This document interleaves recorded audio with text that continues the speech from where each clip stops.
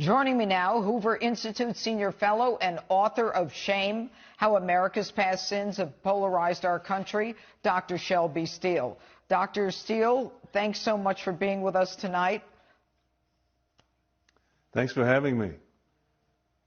Okay, I don't quite see you on the screen yet, but apparently we're still overlooking Atlanta.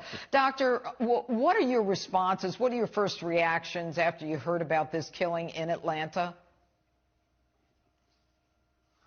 Probably the same as most anybody, just an instant sort of fatigue, like, oh, not again. But it's not something we haven't seen. We're extremely familiar with it, but it continues to be explosive, and it grips the attention of the entire nation, which suggests to me that as a country we're still working something out. This history that we have in America, in many ways a shameful history, in many ways a glorious history. We created freedom, and on the other hand, we indulged slavery.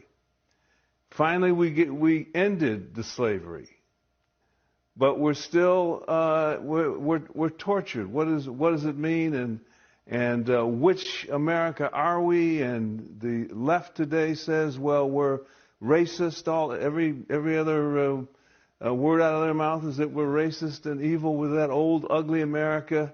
And then the conservatives, on the other hand, or on the people on the political right, tend not to make high moral claims, but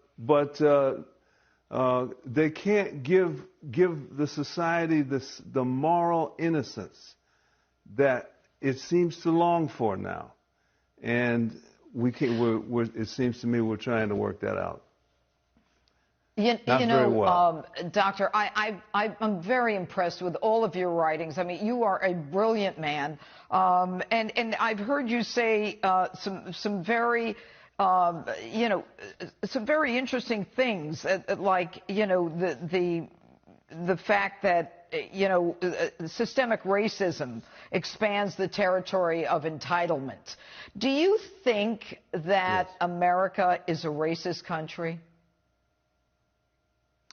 No, I think it once was, and I think because we are a great country and chose to redeem ourselves from that past, that we reconfigured power and in American life. And a lot of what I think we see going on today makes no sense except as a power grab. The left is saying this country is shameful. We deserve power because we're innocent of that ugly past. We want no racism. We want no sexism. We want, we're innocent, innocent, innocent. The other side says we want law and order, and they're absolutely right. They're not claiming the high ground as they do on the left. And at this moment, as we speak, we see the enormous power the left has in simply claiming themselves to be more innocent than the rest of us. Political correctness, in many ways, is taken over the universities, taken over one institution in America after another, where you are required to basically express your innocence of America's past.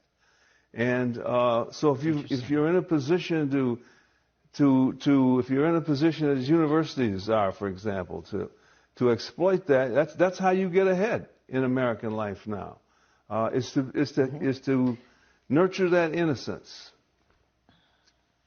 But having said that, Doctor, if it's a political game, then it goes on as long as politics goes on. I wanted to ask how long do we have to pay for the sins of our fathers? But if it's really a political game, the umbrella is politics, it goes on forever. That's the telling question. Is there an end to this? Is there a way out of this? At the moment, nothing points to a way out. The sides are only hardening. The left more and more claims its innocence. The right more and more is frustrated by that. And so What people on the right do is you can say in one word, they begin to practice deference. So on the right there is more, as time goes on, we defer more and more to the moralism of the left. Everything is moralistic, and so finally we say, okay, right, well, police brutality, whatever, then we'll defer and there'll be upheaval and we'll re-examine policing and we'll do all that. Okay, does that get it? The left comes back with something else and challenges us to prove our innocence. Always you have to prove your innocence of the ugly past. And that's power in American life today. That is power. And I think it's also expressed itself in terms of political correctness and free speech. When the Constitution begins yielding to the left's concept of, what you can and cannot say, then, maybe what's happening in Seattle is what may happen. And I fear for that in America, that, this is not America. America is the problem. Does the left want to take America apart? Yes. The left wants to dominate. There's no doubt about that. I think they want to prevail. It is a culture war. It really has to be understood that way.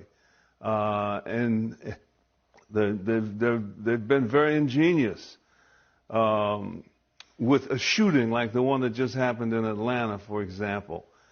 It's the color of the trigger finger that determines power. The trigger finger was white. The victim was black.